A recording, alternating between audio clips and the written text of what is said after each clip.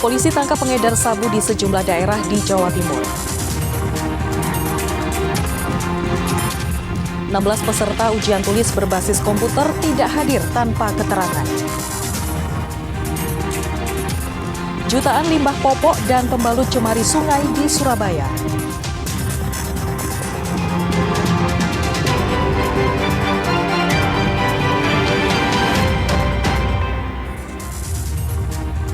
Halo saudara, apa kabar Anda hari ini? Kita berjumpa lagi dalam Kompas Jatim. Selain 3 informasi utama tadi, tim redaksi kami telah menyiapkan sejumlah informasi yang penting dan inspiratif lainnya. Bersama saya Vina Putri, kita jelang Kompas Jatim di Kompas TV, independen terpercaya.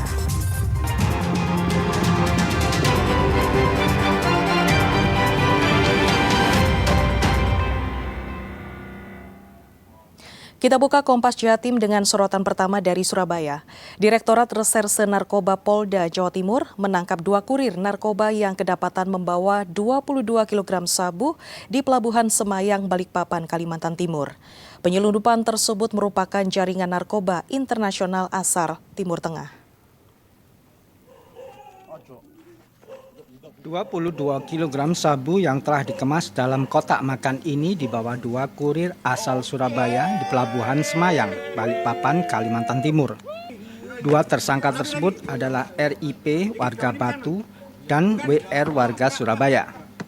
Upaya penyelundupan sabu ini digagalkan tim dari Subdit 2 Ditreskoba Polda Jawa Timur saat melakukan pengintaian hingga ke Kalimantan. Polisi menyita barang bukti yang telah dimasukkan ke dalam ransel besar berwarna hitam dan 1 kotak kardus yang berisikan 22 kg sabu. Penangkapan 2 tersangka ini berawal dari laporan masyarakat terkait informasi aktivitas mencurigakan yang diindikasikan terkait peredaran narkotika jaringan internasional. Membawa sabu sebanyak 22 kilo. Warga Surabaya dan warga Malang. Penangkapannya di mana itu? Penangkapannya di Balikpapan. Oke, barang mau disebutkan di Balikpapan atau ya, gimana? Mau diantar ke Balikpapan. Asal barang dari mana Bu? Dari Surabaya. Bu, itu barang waktu penangkapan dikemas dalam bentuk apa Bu? Tetap seperti itu. Jadi memang yang bersangkutan membawa dalam 1 ransel dan dalam dus. Itu ditangkap di mana Bu pelaku itu? Di Balikpapan. Kini kedua tersangka kurir narkoba tersebut dijerat undang-undang tentang narkotika dengan ancaman hukuman mati. Misbahul Munir, Kompas TV, Surabaya, Jawa Timur. Tim Reskoba Polres Sampang menyita 1 kg sabu di Jalan Raya Kecamatan Ketapang, Sampang. Barang terlarang tersebut akan dikirim ke Surabaya melalui seorang kurir. Polisi melakukan pengejaran setelah menerima informasi dari masyarakat terkait pengiriman 1 kg sabu dari Kecamatan Ketapang, Sampang ke Surabaya melalui seorang kurir. Kecurigaan polisi mengarah pada seorang pengendara sepeda motor yang melintas di Jalan Raya Ketapang, Sampang. Yang mana inisial A ini dalam saat penangkapan mereka anggota kami mendapatkan informasi dari masyarakat bahwa saudara inisial A ini dia bergerak untuk membawa sabu tersebut, sehingga anggota kami melakukan penangkapan di jalan. Dia mengakui dan mendapatkan barang bukti tersebut. Saat digeledah ditemukan 1 kg sabu dalam tas tersangka A, 21 tahun, warga Desa Bunten Timur, Kecamatan Ketapang, Sampang. Tersangka A digiring ke Mapolres Sampang untuk dilakukan penyidikan. Ia mengaku hanya sebagai kurir narkoba atas suruhan seorang pengedar yang identitasnya sudah dikantongi polisi. Tersangka A dijerat dengan Undang-Undang 35 tahun 2009 dengan ancaman hukuman minimal 20 tahun penjara. Tim Liputan Kompas TV, Sampang, Jawa Timur. Satuan Reskoba Kepolisian Resor Satreskoba Jember juga menangkap pengedar sabu antar provinsi yang disimpan dalam boneka. Sebelum ditangkap, pelaku berusaha melarikan diri melewati kandang ayam di belakang rumahnya, namun digagalkan polisi.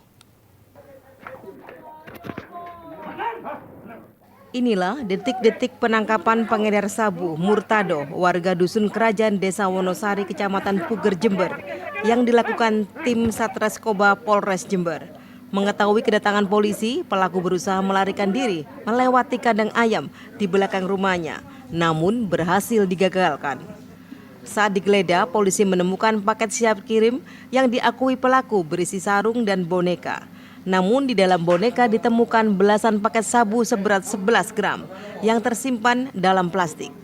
Peredaran sabu paket boneka merupakan modus baru untuk mengelabui polisi. Pelaku diketahui adalah residivis kasus narkoba dan hendak mengirim paket sabu dalam boneka ke Bali yang dikendalikan bandar narkoba dari dalam lapas Jember. Anggota kami berhasil mengamankan tersangka berikut barang bukti yang mana saudara MM ini berusaha menyamarkannya dalam bentuk boneka yang dimasukkan di dalamnya. Barang bukti berapa? Alhamdulillah dari intersepsi atau ungkapan yang dilakukan oleh anggota kami di sini berhasil mengamankan barang bukti kurang lebih sebesar 11 gram ya, kurang lebih 11 gram. Ini dikendalikan dari dalam lapas ya?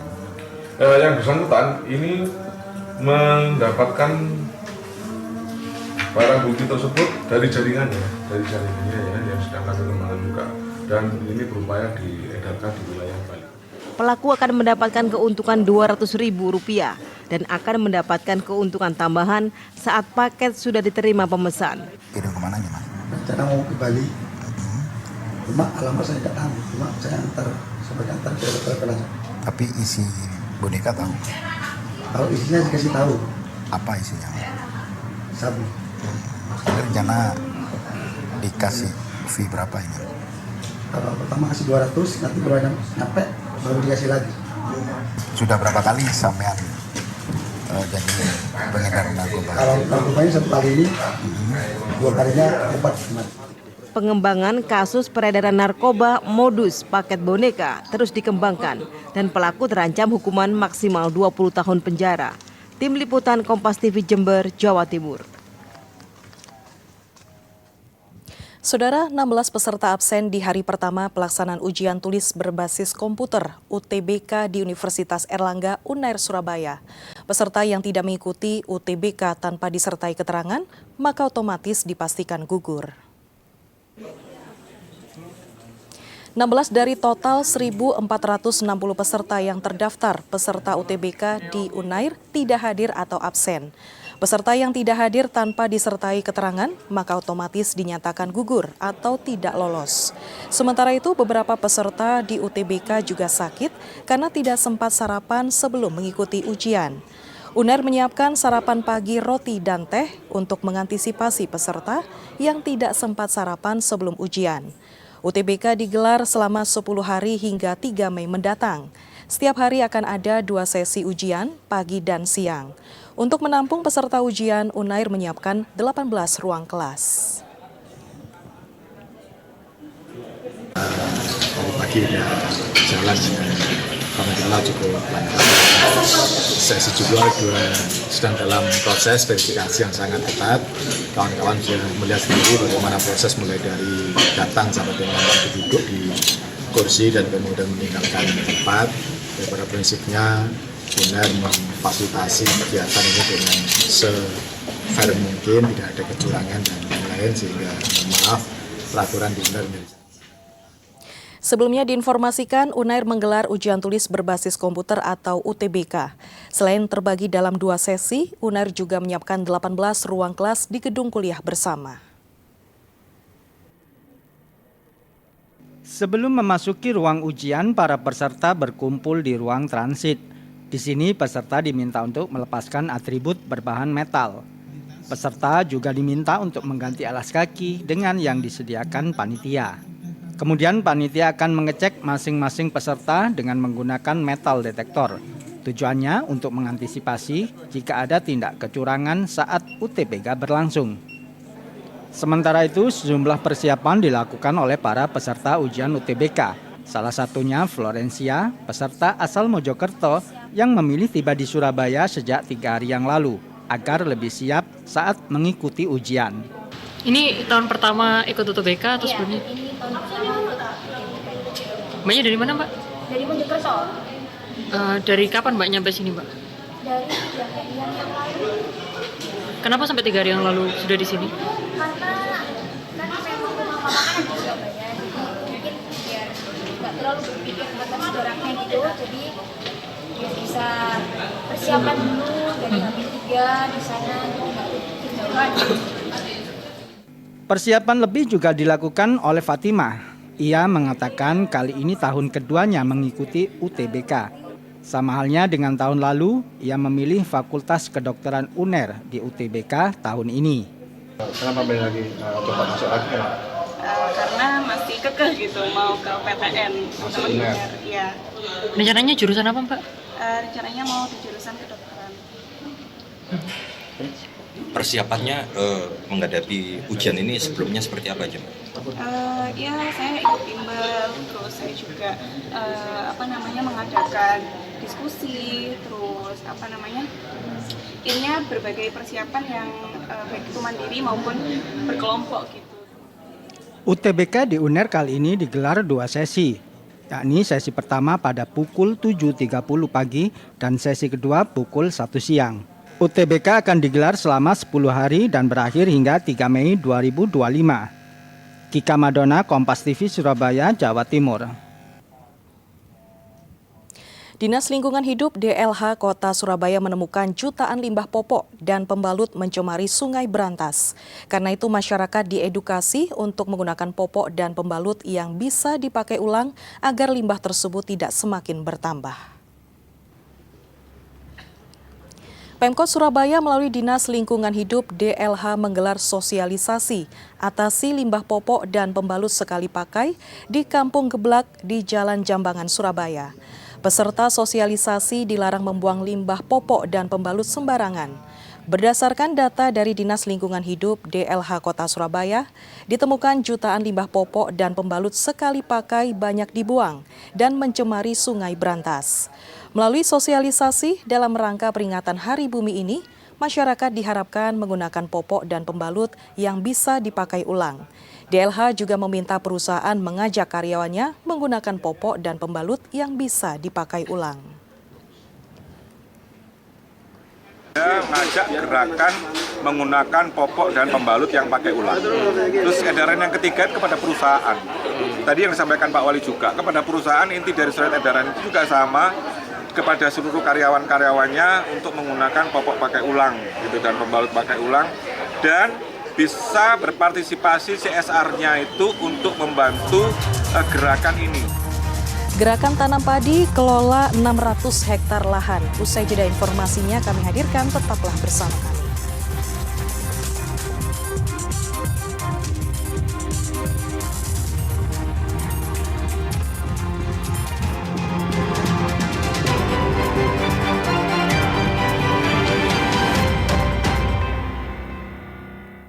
Saudara, stok sayur sawi keriting, labu, dan tomat di pasar tradisional Kota Malang menipis.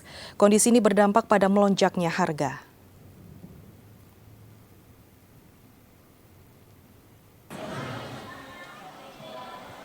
Harga sayur jenis sawi keriting, labu, dan tomat di pasar tradisional Klojen Malang melonjak.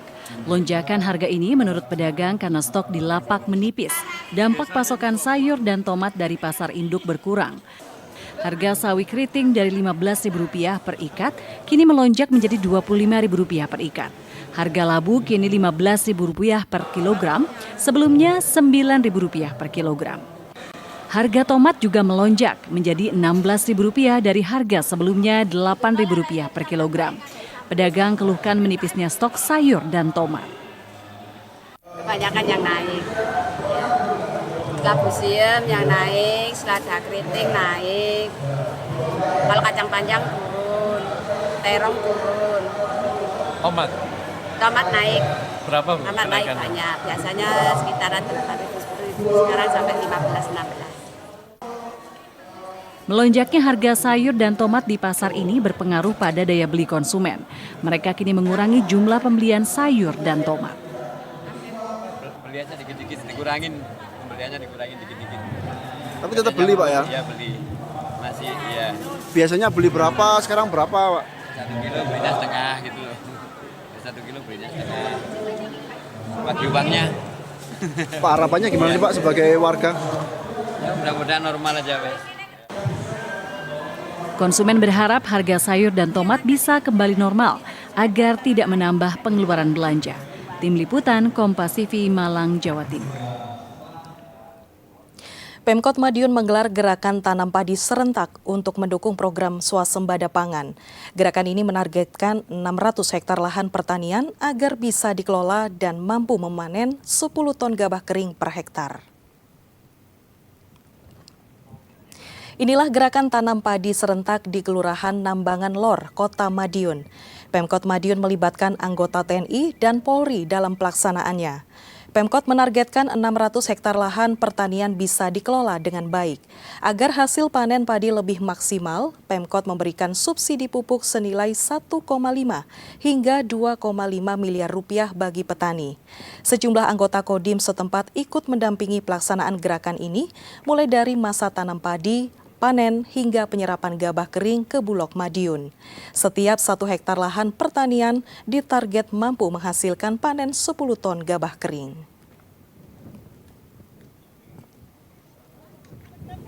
Hari ini tempat sawah itu kita tanam kembali. Hari ini sudah menanam 161 hektar. Mudah-mudahan pemerintah daerah di bawah Pak Dandim, Pak Kapolres, Forkopimda ikut mendukung semuanya. Dan saya memang petani kita beri peluang, salah satunya kita kasih subsidi pupuk. Jadi pupuk sekarang mudah, walaupun mudah, tapi tetap kita subsidi ya. Subsidinya antara 1,5 sampai 2,5 miliar. Itu untuk petani.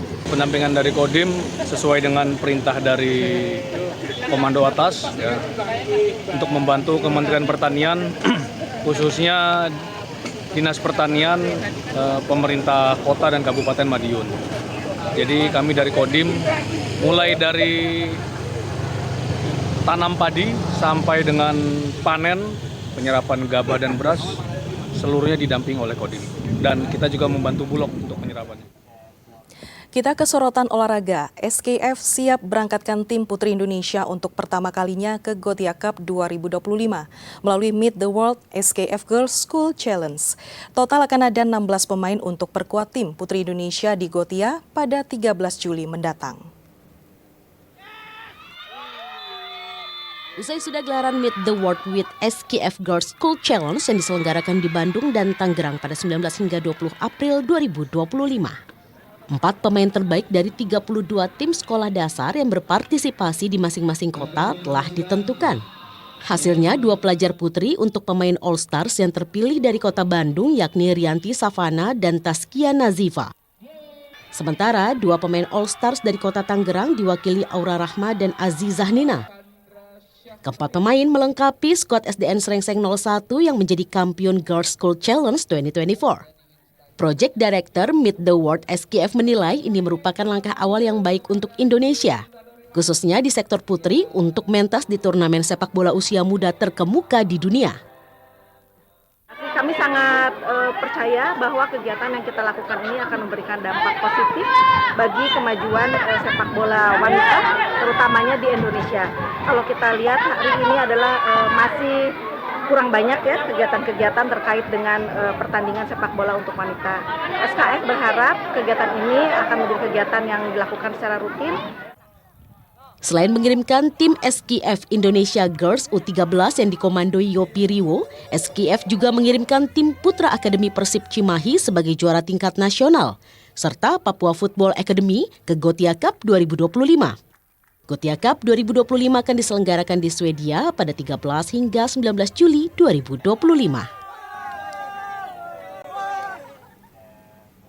Pebulu tangkis tunggal putri Gregoria Mariska Tunjung dipastikan tidak masuk dalam skuad Piala Sudirman 2025 di Tiongkok yang mulai diselenggarakan pada 25 April hingga 4 Mei.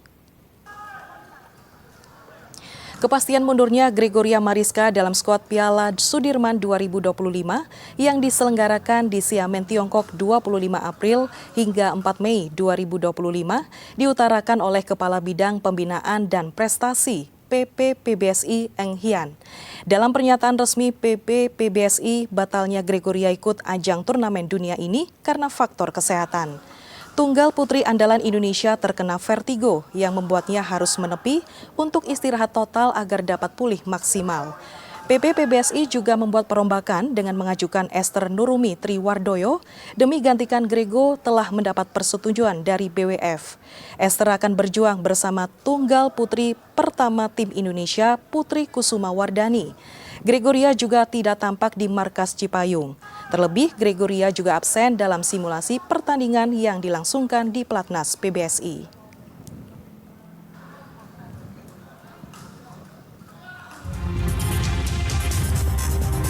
Kelezatan sandwich sundel bolong akan hadir usai jeda berikut ini. Tetaplah di Kompas Jatim.